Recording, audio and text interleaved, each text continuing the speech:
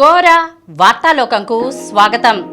ఈనాటి ముఖ్యాంశాలు: ఆర్టీసీ సంక్రాంతి కానుక, స్పెషల్ బస్సుల్లో సాధారణ ఛార్జీలే, గంటల ప్రాతిపదికన వైద్యుల కన్సల్టేషన్లు, చరిత్రలో తొలిసారిగా 50కి పైగా దేశాల్లో ఒకే ఏడాది ఎన్నికలు, బెంగాల్లో ఈడీ అధికారులపై దాడి, తోక ముడిచిన సొమాలియా పైరేట్లు, అయోధ్య ఎయిర్పోర్టుకు మహర్షి వాల్మీకి పేరు, ఫ్యూయల్ సెల్ పరీక్ష సక్సెస్, ఇస్రో, పుస్తక మహోత్సవంలో యువతే లక్ష్యంగా పుస్తకాలు, కొత్త రైస్ కార్డులకు రేషన్ పంపిణీ, భారత మహిళల విజయ గర్జన, జూన్ 9న న్యూయార్క్లో T20 ప్రపంచ కప్లో భారత్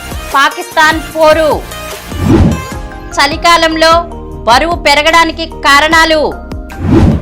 ఈరోజు వార్తలను చూద్దాం. ఆర్టీసీ సంక్రాంతి కానుక, స్పెషల్ బస్సుల్లో సాధారణ ఛార్జీలే, అదనపు ఛార్జీల భారం లేకుండా సాధారణ ఛార్జీలతోనే సంక్రాంతి పండుగ ప్రత్యేక బస్సులు నిర్వహించాలని ఆర్టీసీ నిర్ణయించింది. ఈ నెల 6 నుంచి 18 వరకు మొత్తం 6,795 ప్రత్యేక బస్సులను నిర్వహించాలని నిర్ణయించినట్లు రాష్ట్ర రోడ్డు రవాణా సంస్థ శుక్రవారం ఓ ప్రకటనలో తెలిపింది. వైఎస్ఆర్సీపీ ప్రభుత్వం అధికారంలోకి వచ్చిన తర్వాత వరుసగా 4వ ఏడాది సాధారణ ఛార్జీలతోనే ప్రత్యేక బస్సులు నిర్వహించాలని నిర్ణయించడం గమనార్హం. రాష్ట్రంలోని జిల్లా కేంద్రాలు, ప్రధాన పట్టణాలతో పాటు హైదరాబాద్, బెంగళూరు, చెన్నై, తెలంగాణ, కర్ణాటక, తమిళనాడులోని ఇతర ప్రాంతాలకు ఈ ప్రత్యేక బస్సులను నడపనుంది. వీటిల్లో రిజర్వేషన్ల కోసం కూడా ఆర్టీసీ ప్రత్యేక ఏర్పాట్లు చేసింది. గంటల ప్రాతిపదికన వైద్యుల కన్సల్టేషన్లు. డైరెక్టరేట్ ఆఫ్ సెకండరీ హెల్త్ ఆసుపత్రుల్లో స్పెషలిస్ట్ వైద్యుల పోస్టులు ఖాళీగా ఉన్న చోట్ల గంటల ప్రాతిపదికన సేవలు అందించేలా ప్రైవేట్ వైద్యులను నియమించడానికి వైద్యశాఖ ప్రత్యేక ప్రధాన కార్యదర్శి కృష్ణబాబు శుక్రవారం ఉత్తర్వులు జారీ చేశారు. గిరిజన ప్రాంతాల్లో గంటకు 2,000 రూపాయలు, పట్టణ, గ్రామీణ ప్రాంతాల్లో 1,500 రూపాయల చొప్పున చెల్లించనున్నట్లు పేర్కొన్నారు. ఈ మేరకు ఏర్పాట్లు చేపట్టాలని సెకండరీ హెల్త్ డైరెక్టర్ను ఆదేశించారు. ప్రభుత్వాసుపత్రుల్లో వైద్య సిబ్బంది పోస్టులు ఖాళీగా లేకుండా సీఎం జగన్ ప్రభుత్వం ఇప్పటికే అనేక చర్యలు చేపట్టింది. దీనిలో భాగంగా 2019 నుంచి ఇప్పటికీ 53,000కు పైగా పోస్టులను ఒక్క వైద్య శాఖలోనే భర్తీ చేశారు. ఇక సెకండరీ హెల్త్ ఆసుపత్రుల్లో ఖాళీలన్నీ భర్తీ చేయడానికి ఇప్పటికే అనేకసార్లు వాకిన్ ఇంటర్వ్యూలు నిర్వహించారు. కాగా గ్రామీణ, గిరిజన ప్రాంతాల్లోని పలు స్పెషాలిటీల్లో వైద్యులు డిమాండ్ చేసినంత వేతనాలు ఇవ్వడానికి ప్రభుత్వం సిద్ధంగా ఉన్నప్పటికీ ఎవ్వరూ ముందుకు రావడం లేదు. ఈ నేపథ్యంలో ప్రజలకు వైద్య సేవల్లో అంతరాయం లేకుండా చేసేందుకు గంటల ప్రాతిపదికన వైద్యుల కన్సల్టేషన్ విధానాన్ని అమలు చేయాలని నిర్ణయించారు. చరిత్రలో తొలిసారిగా 50కి పైగా దేశాల్లో ఒకే ఏడాది ఎన్నికలు. 2024ను ఎన్నికల ఏడాదిగా పిలవాలేమో. ఎందుకంటే ఈ ఏడాది ఏకంగా 50కి పైగా దేశాల్లో సార్వత్రిక ఎన్నికలు జరుగుతున్నాయి. ఒక్క ఏడాదిలో ఇన్ని దేశాల్లో ఎన్నికలు జరగడం చరిత్రలో ఇదే తొలిసారి. అలా 2024 రికార్డులకెక్కబోతోంది. పైగా అత్యధిక జనాభా ఉన్న టాప్ 10 దేశాల్లో ఏకంగా 7 ఈసారి ఎన్నికల పోరుకు సిద్ధమవుతుండడం విశేషం. ఆ లెక్కన ప్రపంచ జనాభాలో దాదాపు సగం మంది ఈ ఏడు ఓటు హక్కును వినియోగించుకోనుండడం ఇంకో విశేషం. ప్రపంచంలోనే అత్యధిక జనాభా ఉన్న భారత్ మొదలుకుని Bangladesh, Taiwan, Pakistan, Indonesia, Mexico, European union, దక్షిణాఫ్రికా, ఘనా, అగ్రరాజ్యం అమెరికా దాకా ఈ జాబితాలో ఉన్నాయి. బెంగాల్లో ఈడీ అధికారులపై దాడి. పశ్చిమ బెంగాల్లోని అధికార తృణమూల్ కాంగ్రెస్ మద్దతుదారులు ఎన్ఫోర్స్మెంట్ డైరెక్టరేట్ అధికారులపై విచక్షణారహితంగా దాడికి దిగారు. ఘటనలో అధికారులకు తీవ్ర గాయాలయ్యాయి. ఈ పరిణామంపై ప్రతిపక్షాలు మండిపడ్డాయి. రాష్ట్రంలో రాష్ట్రపతి పాలన విధించాలని డిమాండ్ చేశాయి. అరాచకానికి అడ్డుకట్ట వేయాల్సిన బాధ్యత రాష్ట్ర ప్రభుత్వానిదేనని గవర్నర్ సివి ఆనంద్ బోస్ పేర్కొన్నారు. రేషన్ పంపిణీ కుంభకోణం కేసు దర్యాప్తులో భాగంగా శుక్రవారం ఈడీ అధికారులు సందేశ్ ఖలీలోని టీఎంసీ నేత షేక్ షాజహాన్ ఇంట్లో సోదాలు జరుపుతున్నారు. అదే సమయంలో ఒక్కసారిగా అక్కడికి చేరుకున్న షాజహాన్ మద్దతుదారులు రెచ్చిపోయి ఈడీ అధికారులపై దాడికి తెగబడ్డారు. దాడిలో అధికారులు తీవ్రంగా గాయపడ్డారు. షాజహాన్ అనుచరులు అధికారుల వాహనాల్ని వదల్లేదు, వాటిని ధ్వంసం చేశారు. రక్షణగా వచ్చిన కేంద్ర పారామిలిటరీ బలగాలపైన దాడికి దిగారు. సోదాలను కవర్ చేసేందుకు వెళ్లిన మీడియా సిబ్బందిపైన దాడి చేశారు. వారి వాహనాల్ని తుక్కు చేశారు. గాయపడిన ఈడీ అధికారులు ఆటోలు, ద్విచక్ర వాహనాల్లో అక్కడి నుంచి బయటపడ్డారు. తీవ్రంగా గాయపడిన ఇద్దరు అధికారులకు ఆసుపత్రిలో చికిత్స చేయించనున్నారు. రాష్ట్ర మంత్రి జ్యోతిప్రియో మాలిక్కు షాజహాన్ సన్నిహితుడు. రేషన్ కేసులోనే గత ఏడాది మాలిక్ అరెస్ట్ అయ్యారు. షేక్ షాజహాన్పై ఢిల్లీలోని కేంద్ర కార్యాలయానికి నివేదిక పంపినట్లు ఈడీ అధికారి ఒకరు పీటీఐకి చెప్పారు. ఘటనతో సంబంధం ఉన్న 10 మందిని అదుపులోకి తీసుకున్నట్లు రాష్ట్ర పోలీసులు చెప్పారు. తోక ముడిచిన సొమాలియా పైరేట్లు. భారతీయ సిబ్బందితో కూడిన లైబీరియా సరుకు నౌకను హైజాక్ చేసేందుకు సొమాలియా సముద్రపు దొంగలు చేసిన ప్రయత్నాన్ని భారత నేవీ కమాండోలు చాకచక్యంగా తిప్పికొట్టారు. అందులోని 15 మంది భారతీయ సిబ్బంది సహా మొత్తం 21 మందిని కాపాడారు. ఎంవి లీలా నార్ఫోక్ అనే ఓడను ఈ నెల 4వ తేదీన అరేబియా సముద్ర జలాల్లో ఉండగా సాయుధ దుండగులు హస్తగతం చేసుకున్నారు. ఆపదలో ఉన్నామని ఆదుకోవాలంటూ ఓడ సిబ్బంది United Kingdom maritime trade operations పోర్టల్కు సమాచారం అందించారు. అందులో 15 మంది వరకు భారతీయ సిబ్బంది ఉన్నట్లు తెలియడంతో భారత నేవీ అప్రమత్తమైంది. ఆ ప్రాంతానికి ఐఎన్ఎస్ చెన్నై యుద్ధ నౌకకు హుటాహుటిన పంపించింది. పైరేట్లను లొంగిపోవాలని హెచ్చరికలు చేస్తూ ఎంవి లీలా నార్ఫోక్ను శుక్రవారం మధ్యాహ్నం 3:30 సమయంలో ఐఎన్ఎస్ చెన్నై అడ్డగించింది. సుశిక్షితులైన కమాండోలతో కూడిన అత్యాధునిక గస్తీ హెలికాప్టర్ P-81ను సైతం అధికారులు సిద్ధంగా ఉంచారు. నౌకలోని పరిస్థితులను దగ్గర్నుంచి అంచనా వేసేందుకు అత్యాధునిక MQ-9B ప్రిడేటర్ డ్రోన్ను రంగంలోకి దించారు. పరిస్థితులు అనుకూలంగా ఉన్నట్లు పై అధికారుల నుంచి గ్రీన్ సిగ్నల్ అందగానే కమాండోలు ఎంవి లీలా నార్ఫోక్లోకి మెరుపు వేగంతో ప్రవేశించారు.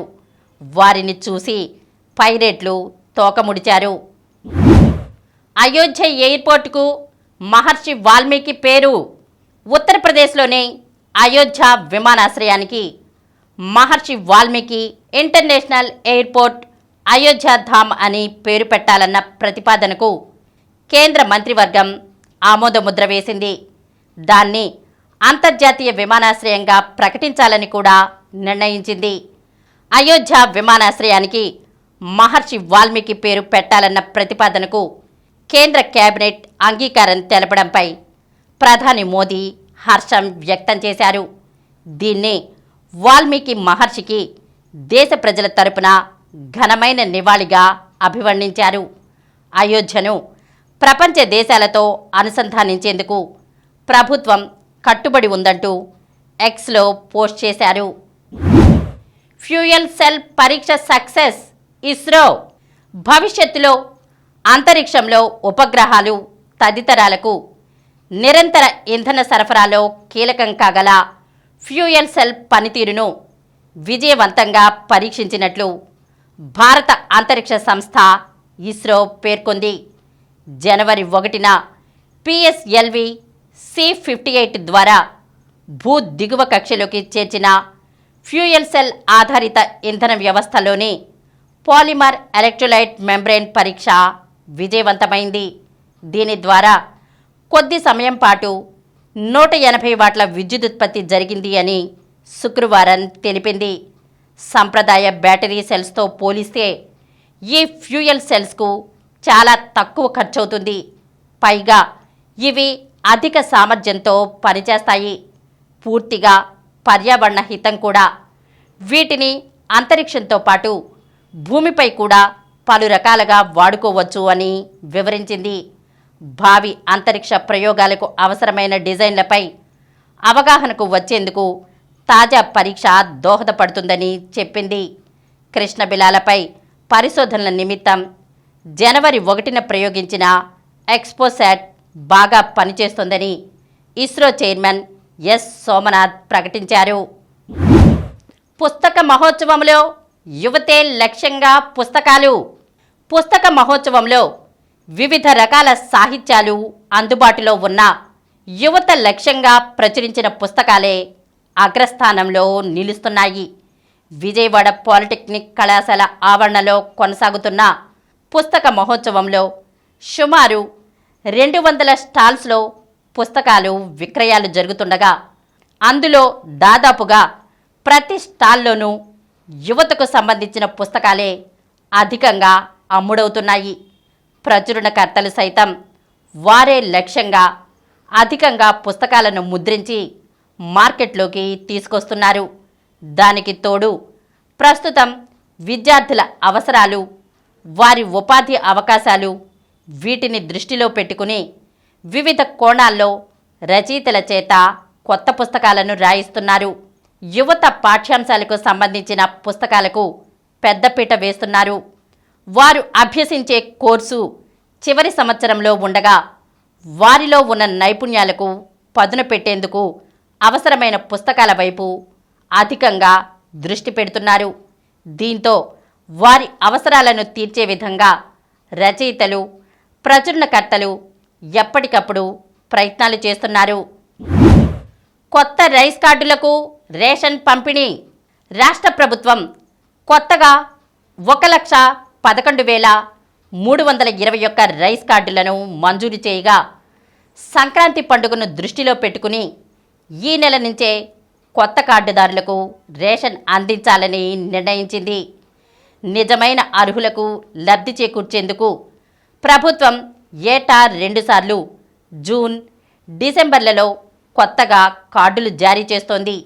ఇందులో భాగంగానే సీఎం వైఎస్ జగన్ శుక్రవారం క్యాంప్ కార్యాలయం నుంచి ఆన్లైన్లో లబ్ధిదారులకు కార్డుల పంపిణీని ప్రారంభించారు. తద్వారా ప్రజా పంపిణీ వ్యవస్థలో కొత్తగా 2,59,687 మంది లబ్ధిదారులకు మేలు చేకూరనుంది. తహసీల్దార్ డిజిటల్ సంతకం పూర్తయిన వెంటనే వికేంద్రీకరణ విధానంలో గ్రామ, వార్డు సచివాలయాల్లోనే కార్డులు ముద్రించి వాటిని వాలంటీర్ల ద్వారా ఇంటింటికి పంపిణీ చేస్తున్నారు. కొత్త లబ్ధిదారులు చేతికి కార్డు అందకున్నా జాబితాలో పేరు ఉంటే ఆధార్ ఆధారంగా MDU వాహనాల వద్ద రేషన్ తీసుకునేలా పౌర సరఫరాల శాఖ అధికారులు ఏర్పాట్లు చేస్తున్నారు. భారత మహిళల విజయ గర్జన. ఆస్ట్రేలియా మహిళలతో వన్డే సిరీస్ను 0-3తో చేజార్చుకున్న భారత జట్టు టీ20 సిరీస్లో మెరుపు విజయంతో శుభారంభం చేసింది. ముందుగా చక్కటి బౌలింగ్తో ఆసీస్ను కట్టడి చేసిన మన జట్టు ఆపై అలవోకగా లక్ష్యాన్ని ఛేదించి సంపూర్ణ ఆధిపత్యాన్ని కనబర్చింది. శుక్రవారం డివై పాటిల్ స్టేడియంలో జరిగిన తొలి టీ20లో భారత్ 9 వికెట్ల తేడాతో ఆస్ట్రేలియాను చిత్తు చేసింది. టాస్ ఓడి ముందుగా బ్యాటింగ్కు దిగిన ఆసీస్ 19.2 ఓవర్లలో 141 పరుగులకే ఆలౌట్ అయింది. అనంతరం భారత్ 17.4 ఓవర్లలో వికెట్ నష్టానికి 145 పరుగులు చేసి గెలిచింది. జూన్ 9న న్యూయార్క్లో టీ20 ప్రపంచ కప్లో భారత్ పాకిస్తాన్ పోరు. అమెరికా అభిమానుల సాక్షిగా టీ20 ప్రపంచ కప్లో భారత్ పాకిస్తాన్ మధ్య పోరుకు రంగం సిద్ధమైంది. న్యూయార్క్ నగరం వేదికగా జూన్ 9న టీ20 వరల్డ్ కప్ మ్యాచ్లో దాయాది జట్లు తలపడతాయి. ఈ ఏడాది జరిగే మెగా టోర్నీ మ్యాచ్ల పూర్తి షెడ్యూల్ను అంతర్జాతీయ క్రికెట్ మండలి శుక్రవారం రాత్రి విడుదల చేసింది. గ్రూప్ ఏలో ఉన్న భారత్ లీగ్ దశలో తమ తొలి మ్యాచ్లో జూన్ 5న ఐర్లాండ్తో, జూన్ 9న పాకిస్తాన్తో, జూన్ 12న అమెరికాతో, జూన్ 15న కెనడాతో తలపడుతుంది. గ్రూప్ బిలో డిఫెండింగ్ ఛాంపియన్ ఇంగ్లాండ్, మాజీ విజేత ఆస్ట్రేలియా, నమీబియా, స్కాట్లాండ్లు, ఒమన్ జట్లు ఉన్నాయి. చలికాలంలో బరువు పెరగడానికి కారణాలు. చలికాలంలో అందరూ ఎంతో కొంత బరువు పెరుగుతారు. దానికి వేర్వేరు కారణాలు ఉన్నాయి. మిగతా కాలాల్లో వేధించే నిద్రలేమి సమస్య చలికాలంలో తగ్గుముఖం పడుతుంది. దాంతో అవసరానికి మించి నిద్రపోతాం. ఉదయాన్నే లేవడానికి బద్ధకిస్తూ ఉంటాం. ఫలితంగా చురుకుదనం తగ్గుతుంది. దాంతో శరీరం బరువు పెరుగుతుంది. వెచ్చదనం కోసం మందపాటి దుస్తులు వేసుకున్నట్లే జిహ్వ చాపల్యాన్ని తీర్చుకోవడం కోసం ఈ కాలంలో రకరకాల పదార్థాల మీద మనసు మళ్ళుతూ ఉంటుంది. తినడం వల్ల శరీర ఉష్ణోగ్రత పెరుగుతుంది కాబట్టి ఈ కాలంలో తినాలనే కోరిక పెరుగుతూ ఉంటుంది. కాబట్టి చలికాలం ఈ కోరికను అదుపు చేసుకోవాలి. దీపావళి, క్రిస్మస్ లాంటి పండుగలతో తీపి పదార్థాలను ఎక్కువగా తినేస్తాం కాబట్టి చలికాలంలో బరువు పెరిగే సమస్య ఎక్కువే. ఈ విషయంలో కూడా జాగ్రత్తగా ఉండాలి. మెటబాలిజం పెరిగితే సన్నబడాలి. కానీ ఈ కాలంలో ఒంటిని వెచ్చగా ఉంచడం కోసం మెటబాలిజం పెరుగుతుంది. అదే సమయంలో ఆకలి కూడా పెరుగుతుంది. కాబట్టి తినాలనే కోరికను అదుపులో ఉంచుకోవాలి. క్రమం తప్పకుండా చేసే వ్యాయామాల్లో కోతపడటం, ఎక్కువ సమయాల పాటు ఇంటికే పరిమితమైపోవడం ఈ కాలంలో సహజం. కానీ బద్ధకాన్ని వదిలేసి క్రమం తప్పకుండా వ్యాయామాలు చేయాలి. శరీరాన్ని వీలైనంత చురుగ్గా ఉంచగలిగితే చలికాలం బరువు పెరిగే సమస్య దరిచేరకుండా ఉంటుంది. ఇప్పుడు కొన్ని సంక్షిప్త వార్తలను చూద్దాం. దేశంలో 619కి చేరిన JN1 కేసులు. దేశంలోని 12 రాష్ట్రాల్లో జనవరి 4వ తేదీ వరకు కోవిడ్-19 సబ్ వేరియంట్ JN1 కేసులు 619 నమోదైనట్లు అధికారులు తెలిపారు. ఇంటర్ ఫీజు చెల్లింపులకు ఈ నెల 10వ తేదీ వరకు గడువు. ఇంటర్మీడియట్ మొదటి, రెండో సంవత్సరం చదివే రెగ్యులర్ విద్యార్థులతో పాటు ప్రైవేట్, మధ్యలో చదువు మానేసిన విద్యార్థులు ఈ ఏడాది మార్చిలో జరిగే పరీక్షలకు హాజరయ్యేందుకు ఫైన్తో ఫీజు చెల్లించేందుకు ఈ నెల 10వ తేదీ వరకు గడువు ఇస్తున్నట్లు బోర్డ్ ఆఫ్ ఇంటర్మీడియట్ ఎడ్యుకేషన్ కార్యదర్శి సౌరభ్ గౌర్ వెల్లడించారు. ప్రొబేషన్ ఆఫీసర్స్ గ్రేడ్ 2 తాత్కాలిక జాబితా విడుదల. AP juvenile welfare correctional sub service కింద జిల్లా ప్రొబేషన్ ఆఫీసర్ గ్రేడ్ 2 పోస్టులకు తాత్కాలికంగా ఎంపికైన అభ్యర్థుల జాబితాను ఏపీపీఎస్సీ ప్రకటించింది. Rahul Singh double century. రంజీ ట్రోఫీలో నాగాలాండ్ జట్టుతో శుక్రవారం మొదలైన మ్యాచ్లో హైదరాబాద్ తమ తొలి ఇన్నింగ్స్ను 76.4 ఓవర్లలో 5 వికెట్లకు 477 పరుగుల వద్ద డిక్లేర్ చేసింది. ఆట ముగిసే సమయానికి నాగాలాండ్ తొలి ఇన్నింగ్స్లో 1 వికెట్ కోల్పోయి 35 పరుగులు సాధించింది. దబంగ్ ఢిల్లీకి 6వ గెలుపు. ప్రో కబడ్డీ లీగ్ 10వ సీజన్లో దబంగ్ ఢిల్లీ, యు ముంబా జట్లు తమ ఖాతాలో 6వ విజయాన్ని జమ చేసుకున్నాయి. సెమీస్లో యూకీ బాంబ్రీ జోడీ. బ్రిస్బేన్ ఓపెన్ ATP 250 టెన్నిస్ టోర్నీలో యూకీ బాంబ్రీ, రాబిన్ హాస్ జోడీ సెమీఫైనల్లోకి ప్రవేశించింది. మరిన్ని వార్తా విశేషాలతో రేపటి గోరా వార్తాలోకంలో కలుద్దాం.